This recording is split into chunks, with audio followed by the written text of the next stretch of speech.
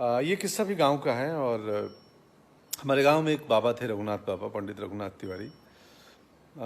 उनसे थोड़ा सा प्रभावित होकर एक किरदार भी मैं किया हूँ फिल्म में, वो आप बताएंगे अगर समझ पाए तो उनकी खासियत ये थी कि बहुत ही मजाकिया किस्म के थे। अब तो वो नहीं रहे इस दुनिया में, प्रणाम है उनको। तो बाबा जो थे, रघुनाथ बाबा, बहुत ही मजाकिया किस्म के थे, हर वक्त उमंग में रहते थे। और हम बच्चे अक्सर शाम को उनके दरवाजे पे वो घूर लगाते थे, आग आग जलाते थे, तो आग तापने और उनसे किस्से सुनने, थोड़ा मस्ती करने जाया करते थे। तो वो हमें शाम को ना बहुत रोचक किस्से बताते थे। उनमें से एक किस्सा है जो आपसे शेयर करूँगा। वैसे खुद को पंडित रघुनाथ शास्त्री मल्लिक भी बोलते थे, अपना लंबा सा परिचय देते थे। पंडित रघुनाथ शास्त्री मल्लिक, साहित्याचार्य, संगीताचार्य, त्रिकालदर्शी। और बताओ खोपड़ी का क्या सुनना है। तो ये किस्सा वो है कि एक दिन वो शाम को घूर पे बैठे थे, हम लोग आग ताप रहे थे उनके दरवाजे पे शाम को। सबने बाबा बाबा कुछ बताइए ना, बाट बदमाश है, अरे कुछ तो बताओ आप। तो बोले कि अच्छा सुनो, देखो कल क्या हुआ मेरे साथ कि रात को मैं सोया था और अचानक कोई मेरा ऐसा कंधा हिलाया, मेरे बिस्तर को हिलाया। मैं जगा तो देख रहा हूँ कि सामने यमराज खड़ा है। तो मैं बोला क्या हुआ, समय हो गया, तुम आ गए? उसने बोला हाँ मैं आ गया। समय पूरा हो गया? उसने बोला समय पूरा नहीं हुआ है। फिर क्यों आए? तो वो बोला कि कुछ अर्जेंट है इसलिए आया हूँ। अर्जेंट? यमराज अर्जेंट में?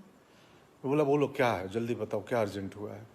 बोला कि देखिए उधर इंद्रासन में हाहाकार मचा है, वहाँ से भेजा गया है मुझे। क्यों, क्या हुआ है हाहाकार मचा? बोला वहाँ सारे राजा लोग बैठ गए, सारे देव लोग आके बैठ गए हैं, इंद्र भगवान, ब्रह्मा जी, विष्णु, महेश, सब दरबार में बैठ गए हैं स्वर्गलोक में। इंद्रासन सज गया है और रंभा, उर्वशी, मेनका, इन तीनों ने मना कर दिया, स्ट्राइक कर दिया है कि नृत्य नाटिका नहीं होगा आज। तो यमराज उनसे बोलता है, मैं बोला फिर मैं क्या करूं? बोला कि उनकी एक शर्त है। सारे देवता परेशान है कि भाई क्यों नहीं होगा नृत्य नाटिका आज। तो उन्होंने बोला है कि हमें पेटी पे रघुनाथ शास्त्री मल्लिक चाहिए। पेटी मतलब हारमोनियम, कि हमें हारमोनियम पे रघुनाथ शास्त्री मल्लिक चाहिए, तब जाके होगा नृत्य नाटिका, तब जाके होगा डांस, वरना प्रोग्राम कैंसिल। तो देवता अचानक हमको बोले वहाँ से, इंद्र की जाओ भाई, कौन है ये मल्लिक, धरती पे कोई रहता है, हारमोनियम बजाता है, लाओ उसको। फिर मैं बोला ठीक है, जब प्रभु को सुनना ही है और ऐसा है, कार्यक्रम रुका हुआ है, मैं चलता हूँ। मैं निकला गया और फिर कार्यक्रम शुरू हुआ। कार्यक्रम ख़त्म करके 2.5-3 घंटे बाद वापस यमराज आके मुझे बिस्तर पे छोड़ गया। नींद खुली तो देखी मैं सो रहा हूँ। तो ये था बाबा का किस्सा कि उर्वशी रंभा बोलती थी कि जब तक मल्लिक आएगा नहीं, पेटी पे हारमोनियम पे बैठेगा नहीं, नो परफॉर्मेंस। बहुत मजाकिया थे बाबा। कई दफ़े ऐसा करते थे मजाक में। ट्रेन में एक किस्सा है, ट्रेन में जा रहे थे और ट्रेन में टीटी आ गया। उनसे बोला टिकट बाबा, टिकट। बोले टिकट किस बात का टिकट? तो ट्रेन में बैठने का टिकट। तो बोला ट्रेन में, हाँ मुझे जाना है, जा रहा हूँ गोरखपुर। बोला नहीं नहीं, आपने टिकट क्यों नहीं लिया? बोला किस बात का टिकट? अंग्रेज चले गए, देश आज़ाद हो गया, ट्रेन हमारा है, अब किस बात का टिकट? हम आज़ाद हो गए हैं। टीटी बोला आज़ाद हो गए हैं पर ट्रेन में टिकट तो लेना पड़ेगा, टिकट लगता है। बोले नहीं, हम आज़ाद देश में हैं, क्यों टिकट? फिर बकझक होने लगी, टीटी धमकी देने लगा, पुलिस को बुलाऊंगा। जब लड़ाई आगे बढ़ी तो हंसने लगे बाबा। बोले क्या? बोले ये देखिए, इसकी आप बात कर रहे थे? हाँ हाँ। बोले तो ऐसे बोलते ना, प्रमाण पत्र है मेरे पास। तो इतने मजाकिया थे। आज आई थिंक लगभग 20 साल हो गए। बाबा सदा के लिए चले गए। शायद आज भी वहाँ महफिल में पेटी बजाते होंगे। बट उनसे बहुत कुछ सीखा है बचपन में, बहुत सारी कहानियाँ। अब मेरे एक्टर बनने में मैंने इस कहानी में वो क्लू दे दिया है कि उनके एक छोटी सी चीज़ का इस्तेमाल किसी किरदार में किया था, वो आप बताएंगे।